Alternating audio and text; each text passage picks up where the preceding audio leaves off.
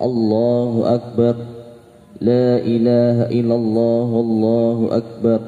Allahu Akbar walillahil hamd. Allahu Akbar. Allahu Akbar. La ilaha illallah, Allahu Akbar. Allahu Akbar walillahil hamd. Ya ayyuhalladzina amanu taqullaha haqqa tuqatih wa la tamutunna illa wa antum muslimun. Wa ba'du. Jamaah salat Idul Adha yang dirahmati oleh Allah Subhanahu wa taala, marilah kita meningkatkan takwa kita kepada Allah Subhanahu wa taala.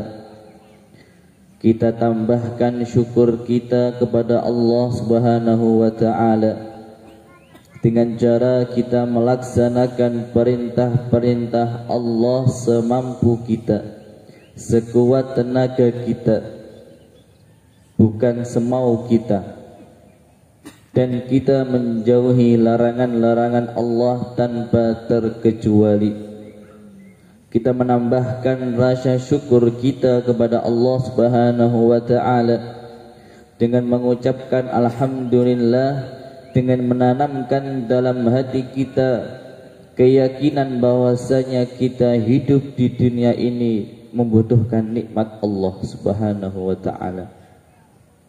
Dan di antara nikmat yang Allah berikan kepada kita saat ini adalah Allah memberikan kesempatan kepada kita yang sebegitu kalinya untuk melaksanakan salat Idul Adha berjamaah. Meskipun bertepatan pada hari ini ada saudara kita yang belum melaksanakan salat, tapi itu termasuk dari nikmatnya Allah pada kita hari ini.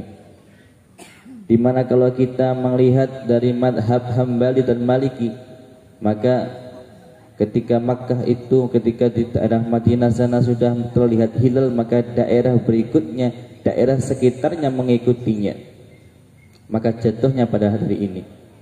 Ketika mengikuti madhab Syafi'i, maka daerah masing-masing itu boleh melakukan sholat sesuai hilal yang dilihat pada waktu itu. Dan kita berada pada negara yang demokrasi, yang membebaskan perbedaan. Maka kita dengan izin Allah Subhanahu wa taala, dengan nikmat Allah Subhanahu wa taala, kita melakukan salat dan kita menyaksikan besok saudara kita melakukan salat, dan itu nikmat Allah Subhanahu wa taala. Kita menyikapinya dengan baik, kita menyikapinya dengan sunnah Rasulullah sallallahu alaihi wasallam. Jamaah salat Idul Adha yang dirahmati oleh Allah Subhanahu wa taala. Allah Subhanahu wa taala berkalam dalam surat Al-Mumtahanah, laqad kana lakum fihim uswatun hasanatun liman kana yarjullaha wal yawmal akhir. Allah Subhanahu wa taala berkalam dalam surat itu, laqad kana lakum fihim, sungguh telah ada pada mereka, yaitu Nabi Ibrahim dan umatnya, uswatun hasanah, ada contoh yang baik pada mereka, liman kana yarjullaha wal yawmal akhir. Tapi ini uswah hasanah hanya bagi mereka yang mau beriman, yarjullaha wal yawmal akhir, yang mengharap akhirat dan mengharap nantinya selamat di hari akhir. Ini sama ayatnya jamaah dengan yang dikutip, yang disebutkan oleh Allah Subhanahu wa taala dalam surat yang lainnya, laqad kana lakum fi rasulillahi uswatun hasanah liman kana yarjullaha wal yawmal akhir. Dua-duanya sama, liman kana yarjullaha wal yawmal akhir, dan diawali laqad kana lakum. Maka jemaah, tidak ada sebutan sedikit pun satu kata atau bahkan huruf dalam Al-Quran kecuali itu ada makna di dalamnya.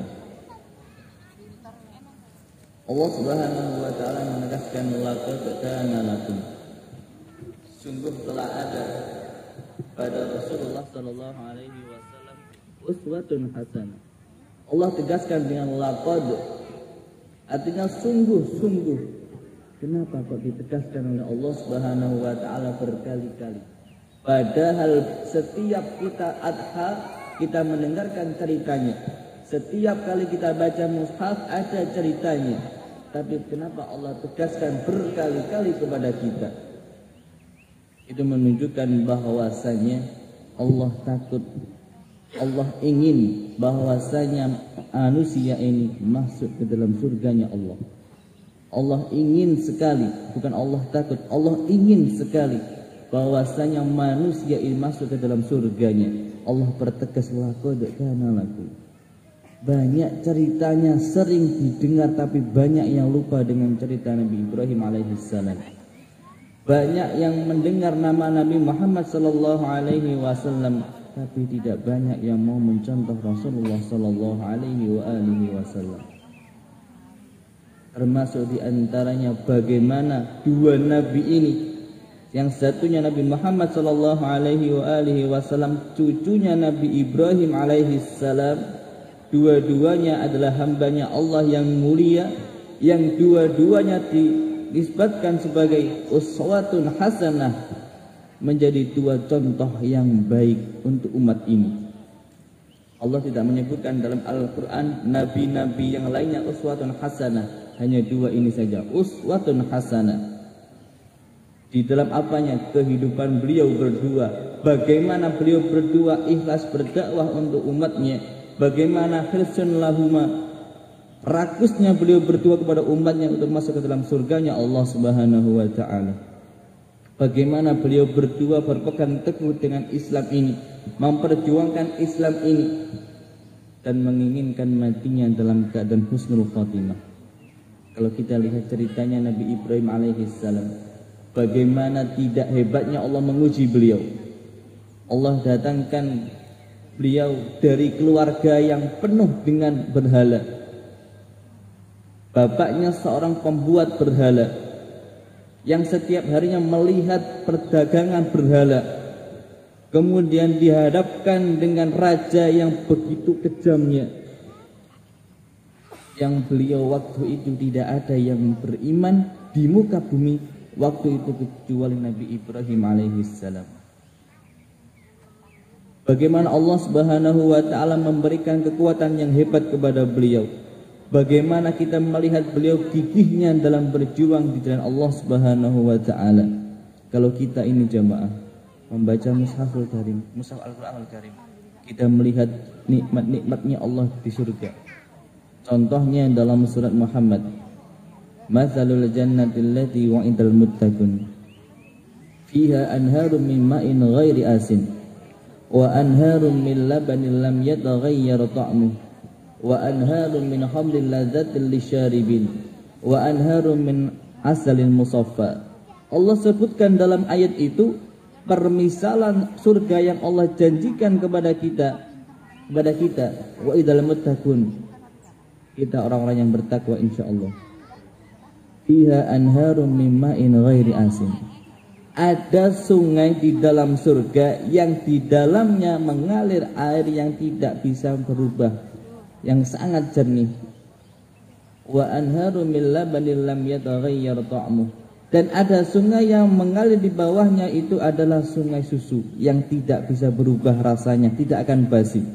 Wa anharum min khamrin ladzatin lisyaribin, dan ada sungai yang mengalir di bawahnya itu khamr, minuman keras tapi tidak memampukan bagi yang minum. Wa anharum min asalin musaffa, dan ada sungai yang isinya itu madu yang sangat jernih dan sangat bersih asli.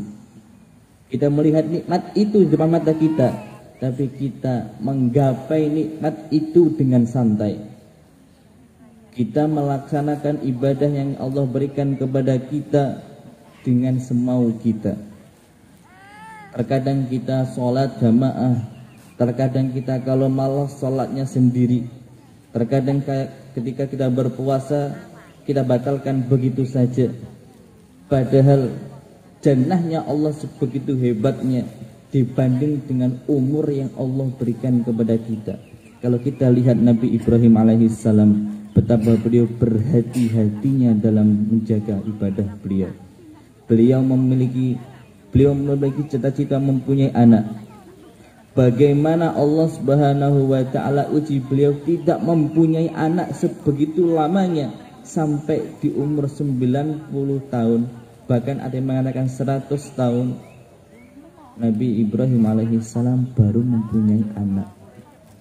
Sekarang kalau kita bandingkan dengan kita, orang yang baru menikah kemudian 5 tahun, 10 tahun belum punya anak sudah bingung. Sudah ke dokter sana, dokter sini, cek sana, cek sini.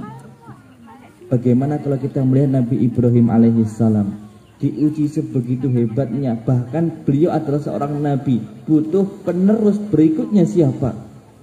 Kalau tidak ada yang meneruskan, mati, bumi ini akan hilang dari orang-orang beriman.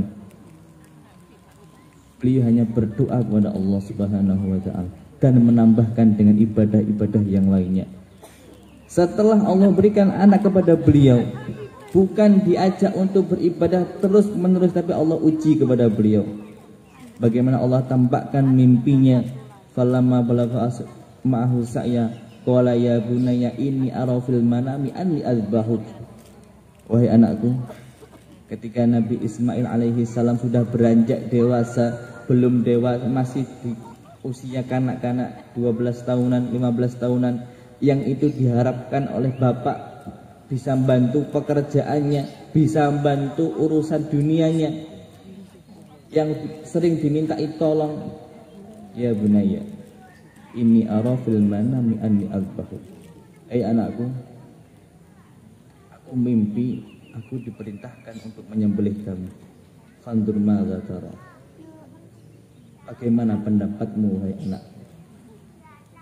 Maka jawabnya sang anak, ya abati alma tu'mar satajiduni insyaallahu minas sabirin. Wahai bapak, laksanakan apa yang Allah perintahkan kepada Anda, engkau akan mendapati saya sebagai orang yang sabar. Jamaah, kalau kita lihat, tidak mungkin seorang bapak mengatakan demikian perintahnya kepada anaknya dan anaknya langsung menjawab dengan taat, kecuali dengan pendidikan yang bagus. Dan pendidikan yang bagus itu diawali dari seorang ibu yang begitu baiknya. Kalau kita lihat bagaimana ibunya Nabi Ismail alaihissalam, yang ketika itu diuji oleh Allah Subhanahu wa ta'ala, diperintahkan untuk meninggalkan rumahnya dan pindah ke tempat yang tidak ada tanaman sama sekali, tidak ada rumah sama sekali, panasnya yang ada, gersangnya yang ada, tidak ada tanaman sama sekali. Ibunya Nabi Ismail alaihissalam taatnya luar biasa. Maka di sini kita mengambil pelajaran bahwasanya anak yang hebat itu terdiri dari seorang ibu yang hebat, seorang nabi yang hebat, seorang tokoh yang begitu bagusnya, hebatnya, pasti ada perempuan di balik mereka semua. Maka kalau kita ambil pelajaran pertama adalah di samping kita harus taat kepada Allah Subhanahu wa ta'ala, kita juga harus menanamkan taat kepada istri-istri kita, anak-anak kita, sehingga kita bisa mencontoh Nabi Ibrahim alaihissalam. Dilanjutkan ketika Nabi Ibrahim alaihissalam diperintahkan untuk menyembelih anaknya, dan anaknya sudah begitu pahamnya dengan perintahnya Allah Subhanahu wa ta'ala, sudah siap disembelih, dan Allah gantikan dengan domba. Allah bukan melihat dari hasilnya, tapi Allah melihat dari usahanya. Allah bukan melihat hasil kita nantinya menjadi orang yang beriman, masuk menjadi orang yang banyak pahalanya, haji berkali-kali, bukan, tapi Allah ingin melihat usaha kita. Sudahkah di detik ini kita berkorban lillahi ta'ala? Sudahkah kita menyiapkan waktu, uang kita di setiap tahunnya untuk berkorban di jalan Allah Subhanahu wa ta'ala, menyisihkan sedikit hartanya untuk berkorban kepada Allah Subhanahu wa ta'ala? Dan itu sunnah Rasulullah sallallahu alaihi wasallam. Itu dari Nabi Ibrahim alaihi salam. Kalau kita tarik berikutnya, laqad kana lakum fi Rasulillahi uswatun hasanah liman kana yarjullaha wal yawmal akhir. Nabi Muhammad sallallahu alaihi wasallam juga sama. Allah utus beliau di tengah-tengah manusia yang sudah lupa dengan Allah Subhanahu wa ta'ala. Ada ahli kitab tapi mereka melupakan Allah Subhanahu wa ta'ala. Allah utus Nabi Muhammad sallallahu alaihi wasallam. Ujiannya Allah berikan kepada beliau begitu beratnya, bahkan dari kerabatnya juga memusuhi beliau. Tapi Rasulullah sallallahu alaihi wasallam dengan tegarnya dengan taatnya, berdoa kepada Allah supaya dikuatkan langkahnya, sehingga Allah mengangkat derajat beliau dan menjadi uswah hasanah bagi kita semuanya. Jamaah salat Adha yang dirahmati oleh Allah Subhanahu wa taala. Melalui khutbah yang singkat ini, mari kita menambahkan takwa kita, memperbanyak ibadah kita, memperbanyak syukur kita kepada Allah Subhanahu wa taala. Kita lihat sejarah-sejarah sebelumnya, Nabi Ibrahim alaihi salam, bagaimana beliau mendidik istrinya, bagaimana beliau mendidik anaknya, dan itulah fondasi kita, dan itulah nanti hasil kita, yang mendoakan kita selalu, yang memintakan ampun kita selalu.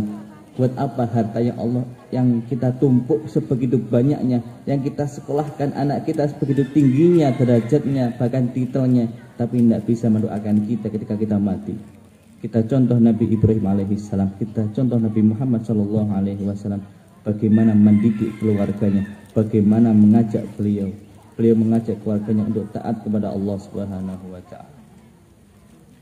Jamaah Idul Adha yang dirahmati oleh Allah Subhanahu wa taala, maka itulah ibrah yang kita ambil dari Nabi Ibrahim alaihissalam, dari Nabi Muhammad sallallahu alaihi wasallam. Maka marilah kita tutup khutbah kita dengan meminta Allah kepada Allah Subhanahu wa taala, meminta ampun kepada Allah Subhanahu wa taala, meminta istiqomah kepada Allah Subhanahu wa taala, sehingga kita berada dalam jalannya dan kita nantinya mati dalam keadaan husnul khatimah. Bismillahirrahmanirrahim. Allahumma salli ala Muhammad wa ala ali Muhammad kama sallaita ala Ibrahim wa ala ali Ibrahim fil alamin innaka Hamidum Majid. Allahumma ighfir lil muslimina wal muslimat wal mu'minina wal mu'minat al ahya'i minhum wal amwat innaka sami'un qaribun mujibu da'awat ya qadiyal hajat. Rabbana zalamna anfusana wa illam taghfir lana wa tarhamna lanakunanna minal khasirin. Allahumma tsabbit aqdamana ya muqallibal qulub tsabbit qulubana ala dinik wa ya musarrifal qulub sarrif qulubana ila ta'atik. Rabbana hab lana min azwajina wa dhurriyyatina qurrata a'yun waj'alna lil muttaqina imama. Ya hayyu ya qayyum bi rahmatika nastaghith aslih lana sya'nana kullah wa la takilna ila anfusina tarfata 'ain. Rabbana atina fid dunya hasanah wa fil akhirati hasanah wa qina adzabannar. Wassallallahu ala Muhammad wa ala ali Muhammad walhamdulillahi rabbil alamin. Wassalamualaikum warahmatullahi wabarakatuh.